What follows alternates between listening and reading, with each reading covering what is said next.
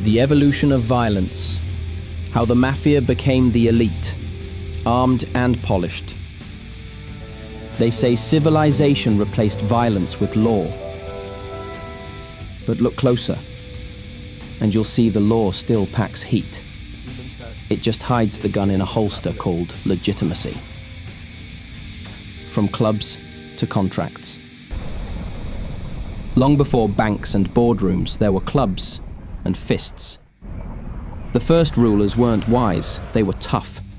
They took what they wanted, and everyone else called it leadership. Civilization didn't end that story. It just gave it a uniform and an anthem. Power stopped swinging the club itself and started hiring someone else to do the swinging.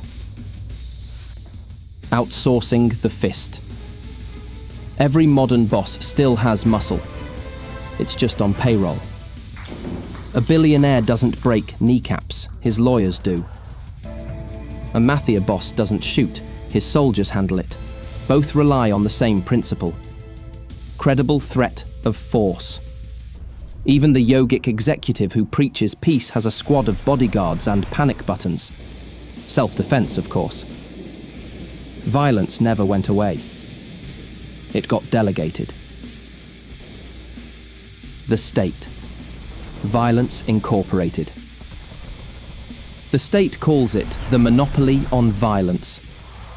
That monopoly includes every badge, baton, and ballistic missile on Earth. From a cop's taser to a B-52 loaded with nuclear gifts for whomever displeases the shareholders. The army protects national interests, which usually means private profits with flags on top. That's not conspiracy. That's the annual budget. So yes, the elites are still packing heat, only now their trigger fingers sit in air-conditioned war rooms. The invention of legitimacy.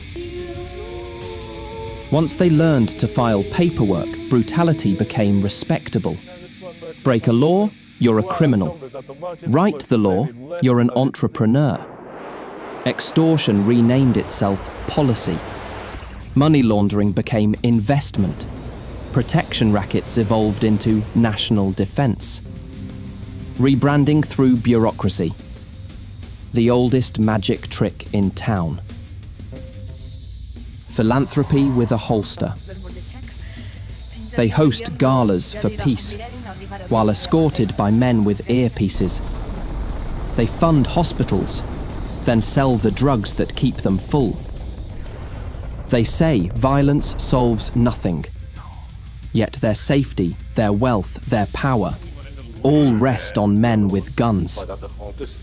The same logic as the mob, only now it's tax deductible. Fear, the hidden fuel. Why all the guards, the cameras, the panic rooms? Because beneath the silk and steel, they're terrified. The bigger the empire, the greater the paranoia. Authoritarian crackdowns, surveillance, censorship, not confidence, fear. Fear that the ghosts of their victims will someday vote. Every despot fears his guards more than his enemies. Every billionaire fears the hungry crowd outside the gate. The velvet glove around the iron fist. Today's violence wears a polite smile. It arrives by email, account suspended. By policy, access denied. By algorithm, visibility limited.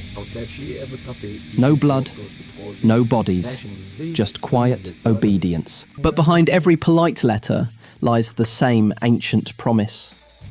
Resist long enough, and someone will come with a gun. That's civilization's secret handshake. 8. The final joke. When a mob boss says, it's just business, we call it corruption. When a minister says it, we call it leadership. Both know the rule. Control violence, control the story.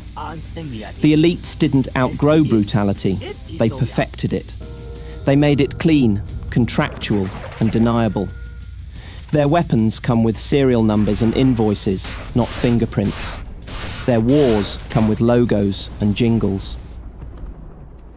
9. What breaks the spell? Truth, light, and laughter. These are the only tools that don't require force. Expose the euphemisms, decode the language, mock the pomp. Because the one thing raw power can't stand is being laughed at. That's why tyrants fear jesters, why oligarchs fear memes, and why every empire fears the joke that makes people see.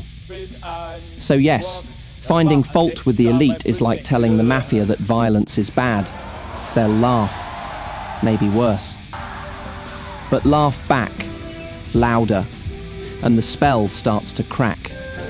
And the emperor, the oligarch, and the gangster all turn out to be the same thing after all.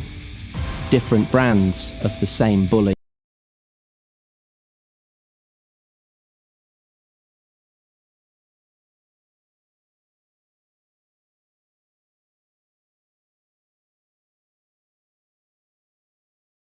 Lock your mind, safeguard your freedom.